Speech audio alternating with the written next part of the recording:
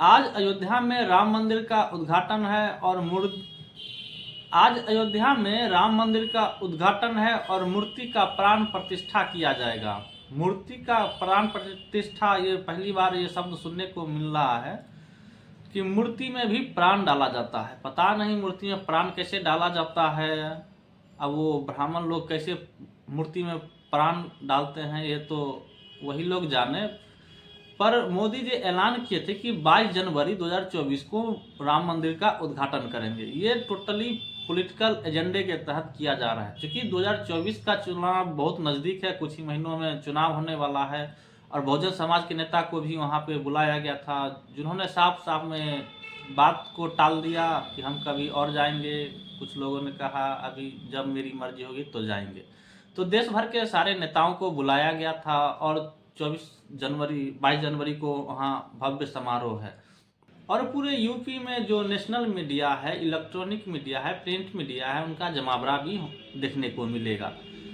पर सवाल ये खड़ा होता है कि जो ये राम मंदिर तो बन रहा है, बन ही गया, आधा अधूरा राम मंदिर का उद्घाटन भी हो रहा है और राजनीति इसका फायदा लेने के लिए बीजेपी बहुत जल्दीबाजी में इसको उद्घाटन करने जा रही है।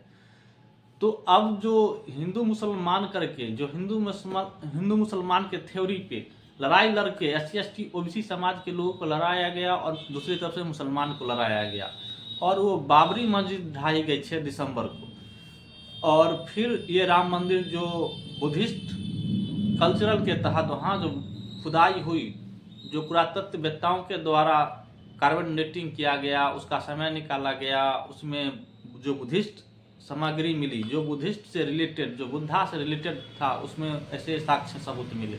और बुद्धा के नाम पर सुप्रीम कोर्ट ने ये फैसला दिया। सुप्रीम कोर्ट में चर्चा हो रही थी बुद्धा के नाम पे, बुद्धिस्ट कल्चर के नाम पे, और जो बाहर में जो गोदी मीडिया है वो प्रचार कर रही थी राम मंदिर के नाम पे, राम जन्मभूमि के नाम पे, हिंदू धर्म के नाम पे।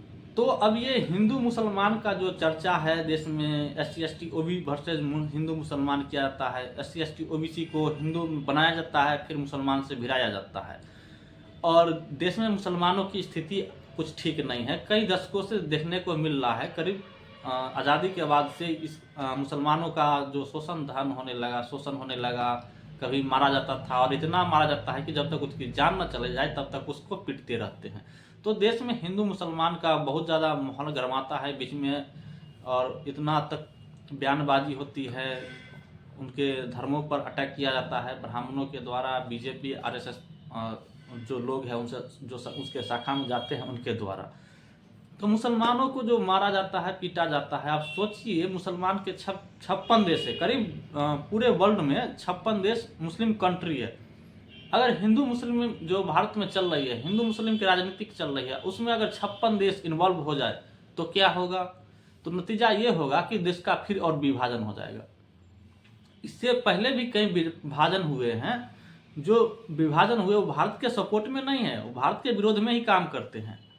जैसे कि नेपाल हो गया, नेपाल भी भारत का कभी हिस्सा था। पाकिस्तान, अफगानिस्तान, श्रीलंका, म्यांमार, तिब्बत, ये सब देश भारत के पहले कभी अभिन्न अंग हुआ करते थे। तो इनका विभाजन हुआ और धीरे धीरे जो भारत की पकड़ थी, भारत की राजनीतिक पकड़ इससे छूटती गई। इसमें बहुत सारे आक्रांता बाहर से आए, उनका भी कुछ रोल था। अंग्रेज आए तो उन्होंने इकट्ठा करने का काम किया, बहुत सारे राज्यों को लड़के झगड़ के जैसे भी इकट्ठा किया और भारत को एक बनाने का काम किया। पर जाते जाते उसका भी विभाजन एक हो गया पाकिस्तान, जो भारत के विरोध में ही हमेशा काम करता है।